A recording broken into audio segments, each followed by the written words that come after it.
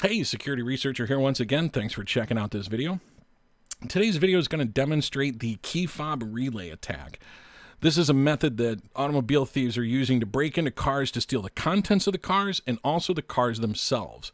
This attack affects millions of automobiles. It isn't just luxury cars. If you have a wireless key fob and can get into your car and start your car without the keys actually going into a lock, your car is vulnerable to this kind of attack. That said, the information contained in this video is not intended for the criminally minded. This really truly is about education. You cannot make informed decisions about things as complex as your technology if you don't know the least bit about it. So in a second, I'm going to show you some surveillance camera footage that was submitted to the West Midlands Police Department over in the UK as part of an automobile theft investigation that clearly shows the theft of a car wirelessly. Yes, it turns out that all of that technology that's been pumped out to us over the last 20 years, that people like myself have been warning you about, isn't that secure, and you really don't have any control over it, no matter what the marketing tells you. Whether that marketing is a paid advertisement or a paid news story, the stuff is not as secure as they said it was, and now they want you to have driverless cars. And we're going to cover what a hacker can do to your car, just because if your car was made in the last 10 years, your brake pedal isn't connected to your brakes. Your steering wheel isn't connected to your wheels. It's all run by computer, and the automobile industry hooked up your car to the cellular network. Brilliant job, guys. Brilliant job. So let's get into this one and look at the Keyfob Relay Attack.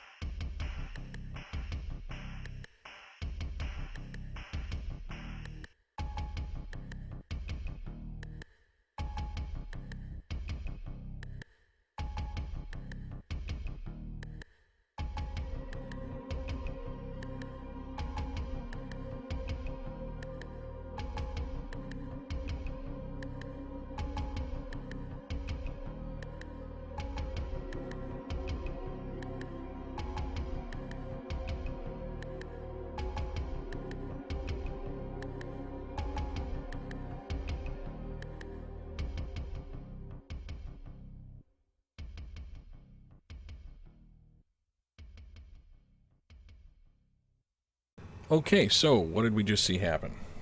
What you just watched was a communication protocol relay attack. The car's security system transmits an authentication challenge when you approach the vehicle. And it's trying to communicate with your keys. And it's saying, are you the keys that belong to this vehicle? The first thief, you see him walk up to the car, and you'll see him actually pull on the handle. He's trying to trigger that authentication challenge. His device hears that authentication challenge and relays it to his partner's device while he's standing over by the house. What he's doing is he's trying to communicate with the key fob that's within 30 feet of his device. On a handheld device in this configuration, the range is approximately 30 feet. So the authentication challenge comes from the car's security system to the first thief's device. His device relays that authentication challenge to his partner's device that then sends that challenge onto the keys. The keys transmit back the correct response from Thief 2's device back to Thief 1's device and then onto the car's security system. As far as the car is concerned, it just spoke to the keys, so it lets the guy into the car. Now, at that point, you'll see the second thief walk away from the house while he's looking down at his device.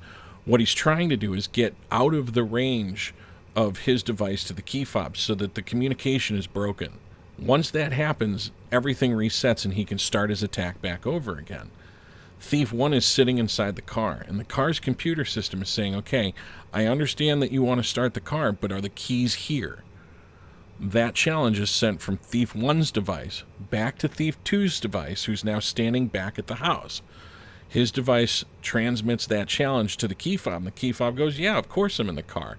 Go ahead and start. That response is transmitted back to the first guy's device and onto the car's computer system, and you see the vehicle start, and they drive off.